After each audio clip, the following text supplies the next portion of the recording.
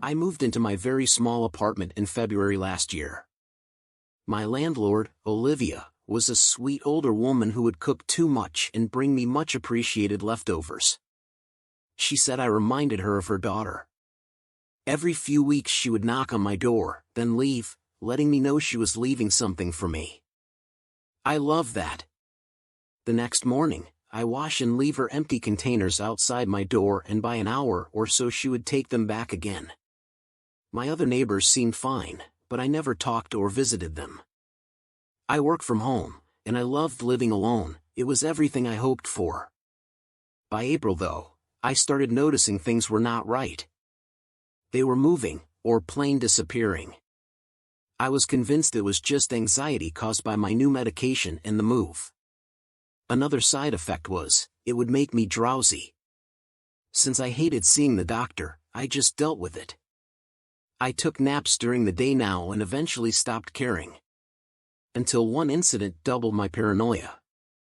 Olivia brought me her Greek tossed salad and dressing for lunch one day, and I enjoyed it while watching Netflix. I fell asleep and woke up that evening at around 5 p.m. as usual. What was not usual was my bedding on the opposite side of me was disturbed. I only sleep on the right side. Always. Even more, it felt warm. My first thought was, I must have rolled around a lot, but I knew it was too odd to dismiss. I got up and searched my apartment, gripping my phone with 911 typed in. Nothing else was disturbed, everything was exactly like it should be. I let it go. For the next few weeks everything was normal except for an occasional misplaced shoe or drawn-back shower curtain. I thought about telling someone, my parents, maybe Olivia, but if it's not life or death I am not reaching out to anyone. I wasn't scared, I was nervous, maybe a little stubborn. But I stayed. May came and it was getting worse. My panties, toothbrush, even my food was being misplaced. Every time I woke up, there was this strange odor in the air. I finally gave in and called my mom and told her I was coming home. When I got home, I told them everything. Saying it out loud solidified any creepy suspicions. That weekend, my dad went to my apartment and what he found was pure horror. Written all over the walls was, "Come back baby please." He ran out and called the police. There was no one living in my apartment, but someone definitely had access besides me. The investigation revealed a man, Henry, the son of my landlord. He was in a projected relationship with me. They showed me his confession on tape. He admitted coming into my apartment every night and every day with his mother's extra key. He claims we were in love. He drugged his mother's food she left up for me, causing my drowsiness, so he could come in and watch me sleep, touch my hair, kiss my shoulder. The leftovers I had in the fridge were tested and confirmed. I was absolutely horrified and disgusted. A man I never knew existed, practically lived in my apartment for 4 months. My cousin and his family had lived in their house for about 5 years. His wife left home to drop the baby off at daycare before work but realized she had left her phone at home. Entering the house, she turned the corner to the hallway and nearly ran into the drop-down attic ladder which was fully extended. They never used the attic as it was filled with loose insulation and my cousin had left for work hours earlier. She quietly left the house, drove around the corner, and called the police. When the police investigated, they found a short-range transmitter connected to several cameras hidden throughout their home. The light fixture in the shower, the ceiling fan above their bed, even a pinhole in the nursery were sending videos to a nearby location. Their neighbor a few houses away had been given a key by the prior owners and installed surveillance equipment once he knew their schedule. My cousin's wife walked in on him, updating his equipment, but he forgot something at his house and left to get it when she walked in. He had been watching them for years. I used to live next to a senile old woman who would knock on my door late at night crying and saying there was somebody in her roof. I'd always have to assure her that it was just possums running around and that it was fine. This went on for years until her kids finally sent her to a home and new people moved in. A week or so after this, I woke up to police cars on the street outside my house. I asked the new neighbor what happened, and he told me he got out of bed and saw legs dangling out of the ceiling in the kitchen and assumed he was being robbed.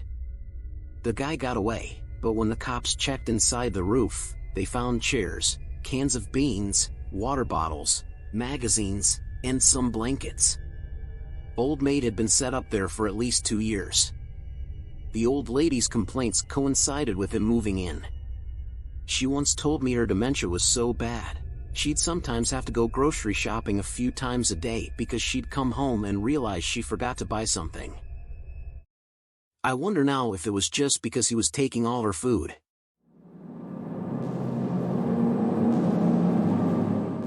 My family and I used to live in a rough neighborhood when I was a kid. One night, it was just my mom, me, and my 2 siblings at home, and my dad was gone on a business trip. That night around midnight, someone started knocking on our door.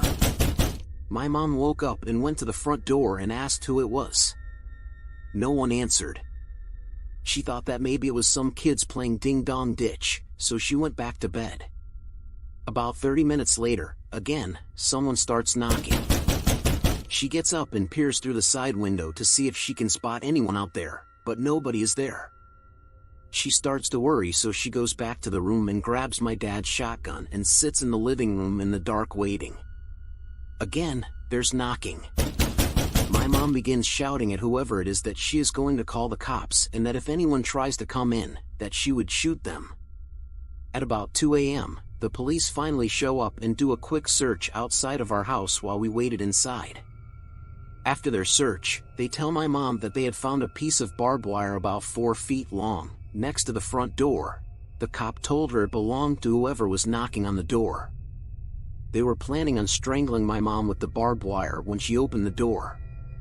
The cops said that they'd patrol the neighborhood and do a thorough investigation in the morning. That morning, as they were searching around the house, they found footprints leading around to the back of the house leading up to my bedroom window. They had also found nicks in the window sill where they were trying to pry open the window to break in but failed. We moved out soon after.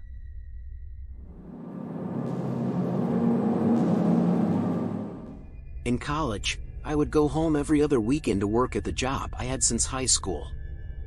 I would drive directly from campus after my last class on Friday, and after my shift was done, I'd go back to my parents' house, which was out in the middle of nowhere. My parents weren't home when I got back from work, so the house was dark, and since it was mid-fall, so was the yard. I pulled into my normal parking spot, got out of the car, and then turned to open the back door of my car and get my backpack out of the back seat. That's when I noticed that the bathroom light was on. Was that light on when I pulled up? As I was contemplating the light and reaching for my backpack, there was suddenly a very angry-looking old woman standing in the window staring at me. We're not talking resting bitch face here either. She was pissed off at me, and I knew it. We stood there staring at each other for a good 10 seconds when my parents pulled into the driveway and distracted me from my stare down with the woman in the bathroom. By the time I turned back, the light was still on, but the woman was gone.